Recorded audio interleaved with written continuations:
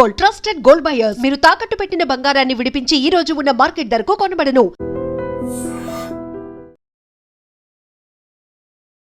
How to kill old lady అని యూట్యూబ్లో search చేసింది. కూతురు నానమ్మతో దొంగ పోలీస్ ఆట ఆడించింది. అంతే. ఆ అత్త కుర్చీలో కూర్చుంటుండగానే తన కళ్ళకు గంతలు కట్టి కాళ్ళు చేతులు కట్టేసింది. ఆ తర్వాత ముందు రోజు తన ప్లాన్ ప్రకారం తెచ్చుకున్నటువంటి పెట్రోల్ బంకుకు వెళ్ళి 100 రూపాయలు పెట్రోల్ తెచ్చింది. ఆ పెట్రోల్ని అత్తపై పోసేసింది. ఆ తర్వాత వెలుగుతున్న ఒత్తును ఆమె పైకి విసిరేసి హత్య చేయాలనుకుంది. అయితే ఇదంతా తెలియలేని వారందరూ ప్రమాదం అనుకున్నారు. మంటల్లో పెద్దావిడ కాలిపోతోంది అని పోలీసులకు సమాచారం ఇచ్చారు. అయితే సీన్లోనికి ఎంటర్ అయిన తర్వాత పోలీసులకు చాలా అనుమానాలు వచ్చాయి. ఒకవేళ ఫైర్ అయితే ఇల్లంతా తగలబడాలి, లేదంటే ప్రమాదం ఎలా జరిగిందో కారణం కూడా తెలుస్తోంది. గ్యాస్ సిలిండర్ పేలిందా, లేకపోతే ఇంకేదైనా జరిగిందా, పూజ గదిలోని ఏమైనా మంటలు చెలరేగాయా అని. బట్ కూర్చున్న ఆమె కుర్చీలో ఉంటుండగానే ఆమె తగలబడేందేంటి అని పోలీసులకు అనుమానం వచ్చి ఈ కేసుని అనుమానాస్పద మృతిగానే ఫైల్ చేశారు. ఆ తర్వాత ఇన్వెస్టిగేషన్ను మొదలుపెట్టారు. ఇంతలోనే కోడలు జయంతి లలితాదేవి నేరుగా పెందుర్తి పోలీస్ స్టేషన్కు వెళ్ళి లొంగిపోయింది. నేనే తన అత్తను హత్య చేశాను అని ఒప్పేసుకుంది. ఇంతకీ ఏం జరిగింది? అత్తను ఇంత దారుణంగా భయంకరంగా స్కెచ్ వేసి మరీ చంపడానికి కారణమేంటి? యూట్యూబ్లో సెర్చ్ కొట్టి ఎలా తప్పించుకోవాలో తెలుసుకొని ఎలా పోలీసులను తప్పుదోవ పట్టించాలో కూడా ఐడియా వేసినటువంటి ఈ కోడలు ఎందుకు ఇంతలా తెగించింది అంటే, ఆ అత్త తరచుగా పెళ్ళైన దగ్గర నుంచి తన్ను వేధిస్తుందని, సూటిపోటి మాటలు అంటుందని, ఎంత ఇల్లును నీట్గా ఉంచుకున్నా నీకు శుభ్రం లేదు, నువ్వు సరిగ్గా ఉండవు అంటూ తిడుతుందని, రాను రాను బయటకు వెళ్ళినా కూడా ఎక్కడికి వెళ్ళావు, ఇలా అనేక ప్రశ్నలతో వేధించడమే కాకుండా తరచుగా ఆమె నుంచి గత కొన్నేళ్లుగా వేధింపులు భరిస్తూనే ఉన్నప్పటికీ ఈ మధ్య ఎక్కువ అవడం వల్ల ఆమెను అడ్డు తొలగించుకోవటానికి ఈ ప్లాన్ వేశారని మొత్తం ఏం జరిగిందో పోలీసుల ముందు చెప్పుకొచ్చింది. అయితే అంతకుముందే ఈ మృతురాలు కొడుకు, నిందితురాలు భర్త అయినటువంటి అతను నేరుగా పోలీసుల దగ్గరికి వెళ్ళి ఇలా నా అమ్మగారికి నా భార్యకి మధ్య తరచుగా గొడవలు జరుగుతున్నాయి సార్, గట్టిగా నిలదీసేటప్పటికి ఒప్పుకుంది, తనే హత్య చేశానని, ఇలా జరిగింది అంటూ మొత్తం డీటెయిల్గా వివరించేటప్పటికి పోలీసులు కూడా ఒక విధంగా షాక్ అయిపోయారు. అసలు ఏం జరిగింది? విశాఖ పెందుర్తి వేపగుంటలోని అప్పన్న కాలనీలో శ్రీవర్షిణి హోమ్స్లో ఈ ఫ్యామిలీ అయితే ఉంటున్నారు. ఒక్కసారిగా అగ్ని మంటలు, అంటే అగ్నికేలలో ఆ పెద్దామే 63 సంవత్సరాల జయంతి కనక మహాలక్ష్మి చిక్కుకున్నారు అంటూ పోలీసులకైతే ఫోన్ వచ్చింది. ఆ ఇన్ఫర్మేషన్ కూడా కోడలే లలితాదేవినే ఇచ్చిందట. అక్కడికి సీన్లోనికి వెళ్ళేటప్పటికీ అనేక రకాల అనుమానాలు వ్యక్తమయ్యాయి. ఇంకొక వైపు దొంగ పోలీస్ ఆట, అంటే నానమ్మతో ఆడుకుంటున్నాను అనుకుంది ఆ చిన్నారి 8 ఏళ్ల పాప. అంతలోనే ఆమె కాలిపోతూ ఉన్న దాన్ని గ్రహించకుండానే ఆమెను ముట్టేసుకుంటూ ఇలా వెళ్ళి పట్టుకునేటప్పటికి ఆ 8 ఏళ్ల పాపకు కూడా గాయాలయ్యాయి. ఇమీడియట్గా ఆమెను వెంకోజీపాలెంలోని మెడికవర్ హాస్పిటల్కి ఆ చిన్నారిని తరలించి ట్రీట్మెంట్ అందించారు. ఇప్పుడు అసలు ఈ కోడలు ఎలా స్కెచ్ వేసింది, ఆమె బయటకు వెళ్ళి పెట్రోల్ ఎక్కడ కొనుగోలు చేసింది, డీటెయిల్గా ఒకసారి తెలుసుకుందాం. ఎందుకంటే ఇంత భయంకరంగా ఉన్నారేంటి కొంతమంది అనిపిస్తోంది. అమ్మ తర్వాత పెళ్ళైన తర్వాత మళ్ళీ అత్తింటికి వెళ్తే అత్త కూడా మనల్ని అమ్మలా చూసుకుంటే బాగుంటుంది అని కోరుకునే కోడళ్ళు ఉన్నారు. అలానే వచ్చే కోడలు కూతురులాగా నన్ను చూసుకుంటే ఇంకా అంతకన్నా అదృష్టం ఏముంది అని అనుకునే అత్తలు ఉన్నారు. కానీ అత్తా కోడళ్ళ మధ్య వ్యవహారం అనేది మనం సినిమాల్లో, సీరియల్స్లో చూసాం. రియల్ లైఫ్లో కూడా ఇద్దరికీ అసలు ఎక్కడ కూడా సెట్ కానటువంటి పరిస్థితి. ఎక్కడో కొంతమంది మాత్రం అబ్బా ఎంత బాగా ఉన్నారు ఈ అత్తా కోడళ్ళు, చూస్తేనే చాలా ముచ్చటేస్తుంది అనిపించేలాగా ఉంటారు కొంతమంది. చాలా ఆదర్శంగా, ఇన్స్పిరేషన్గా కూడా ఉంటారు. బట్ ఇక్కడ ఈ అత్తా కోడళ్ళ మధ్య వివాదం ఏ స్థాయికి వెళ్ళిందంటే, ఆ కోడలే ఒక పథకం ప్రకారం అత్తను హత్య చేసి అడ్డు తొలగించేదాకా వెళ్ళింది. ఒకసారి డీటెయిల్గా చూద్దాం. అప్పన్నపాలెంలోని వర్షిణి హోమ్ అపార్ట్మెంట్స్లో మొత్తం ఈ ఫ్యామిలీ ఎంతమంది ఉంటున్నారంటే, అతను పౌరోహిత్యం చేసుకుంటారు.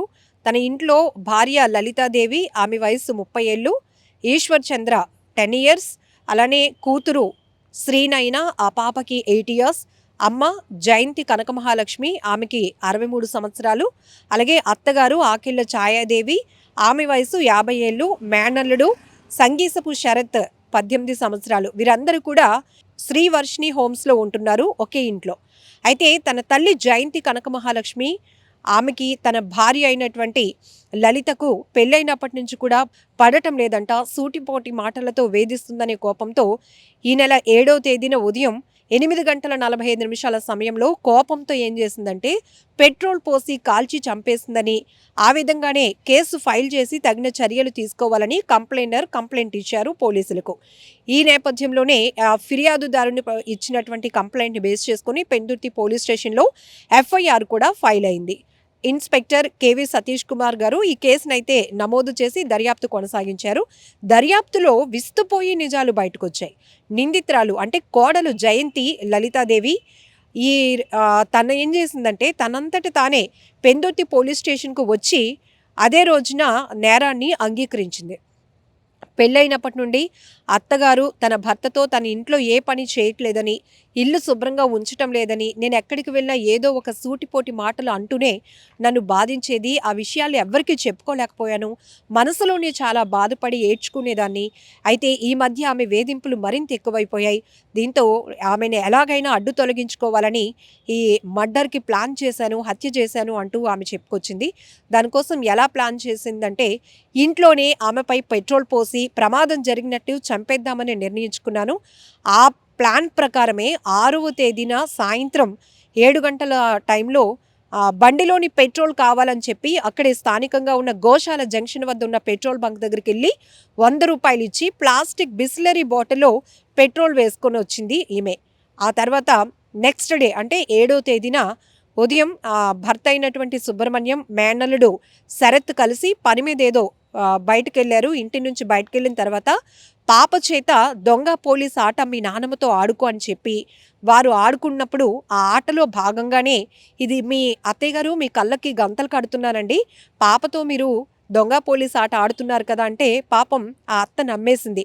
ఆమె కళ్ళకు చున్నీతో గంతలు కట్టింది. తర్వాత కుర్చీలో కూర్చోబెట్టి 2 చేతులు కుర్చీకి ఇరువైపులా నైలాన్ తాడు తీసుకొచ్చి కట్టేసింది.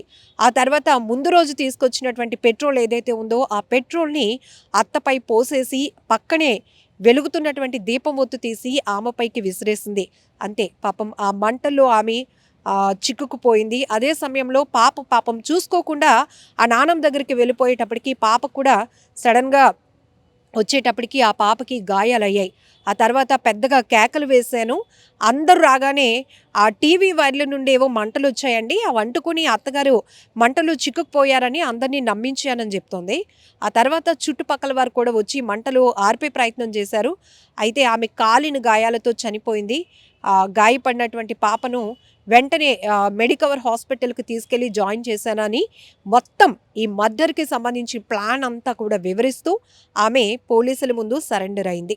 ఆమెను అరెస్ట్ చేసి పోలీసులు అయితే రిమాండ్కు తరలించారు. చాలా బాధాకరమైన విషయం, విషాదకర ఘటన. ఒక్కసారిగా ఆమె ఒక వృద్ధురాలు అత్త అనుమానాస్పద మృతి కేసు వెనుకాతల ఇన్ని ట్విస్ట్లు, ఇన్ని విస్తుపోయే నిజాలు బయటకు వచ్చాయి.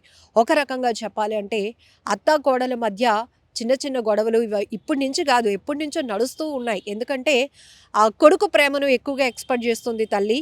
అయితే వేరే ఇంటి నుంచి పుట్టింటిలో ఎంత ప్రేమగా పెరిగానో అదే ప్రేమను భర్త నుంచి ఎక్స్పెక్ట్ చేయడం, అలానే అత్త మామలు కూడా నన్ను బాగా చూసుకోవాలి, మహారాణిలా చూసుకోవాలి, ఆ ఎక్స్పెక్టేషన్స్తో పెళ్ళైన తర్వాత కోడళ్ళు కూడా ఉంటారు. కానీ ఇక్కడ ఏంటంటే అందరి మధ్య ఒక అండర్స్టాండింగ్ లేకపోవడం, అయ్యో నా భర్త మా అత్త మాటలే వింటున్నాడు, ఇంకా అమ్మ కొడుకులానే ఉంటున్నాడు అని ఈమె అనుకోవడం, లేకపోతే అమ్మో పెళ్ళైన తర్వాత నా కొడుకు మారిపోయాడు, ఇంకా కోడల వెనకాతలే తిరుగుతున్నాడు, మమ్మల్ని వదిలేశాడు అని ఈ పెద్దవాళ్ళు అనుకోవడం.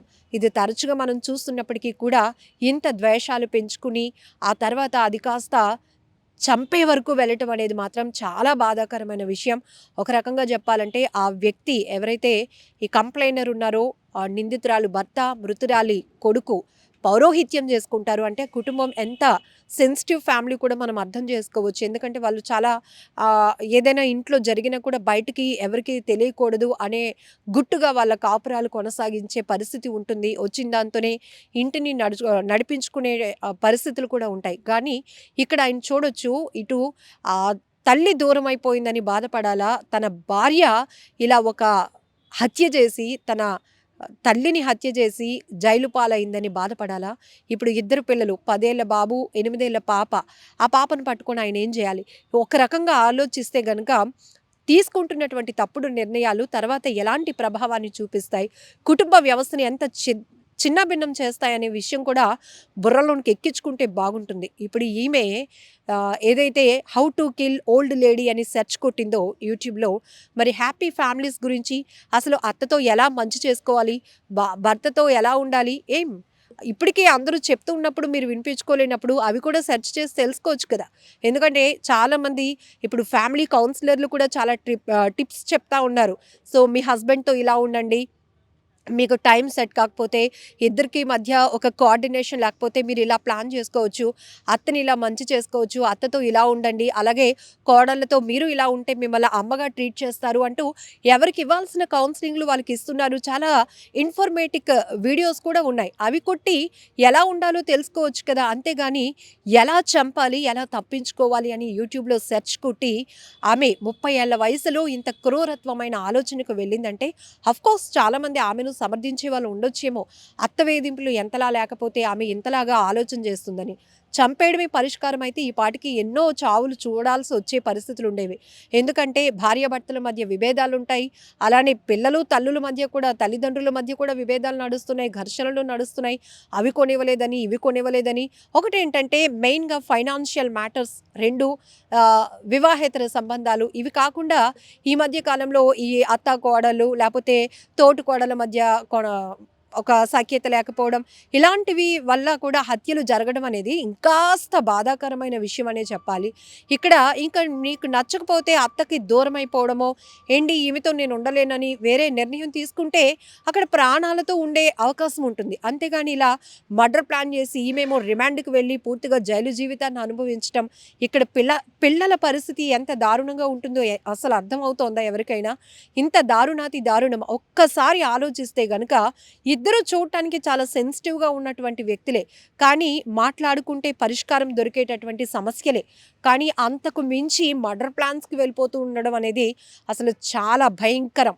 అంటే క్రూర మృగాల కన్నా కొంతమంది మనుషులు ఇంత భయంకరంగా మారిపోతూ ఉండటం మాత్రం సొసైటీకి కూడా చాలా ప్రమాదమే.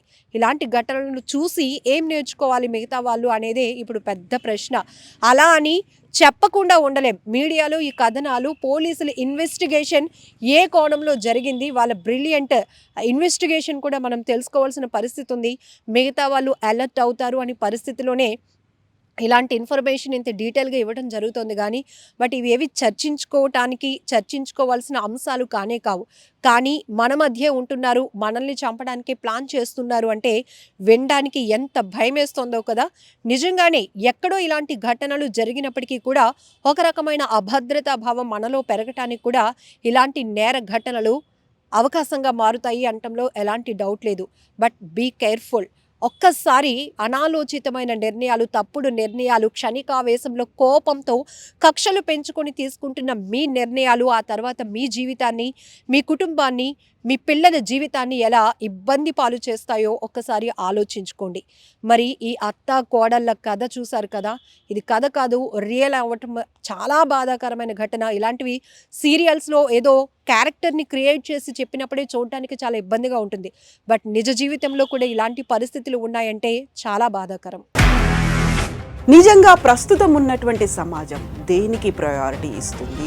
ఆర్థిక సంబంధాల చుట్టూ మాత్రమే తిరుగుతుంది. మళ్ళీ ఎన్నికలంగానే చాలా విరక్తి కలుగుతాం.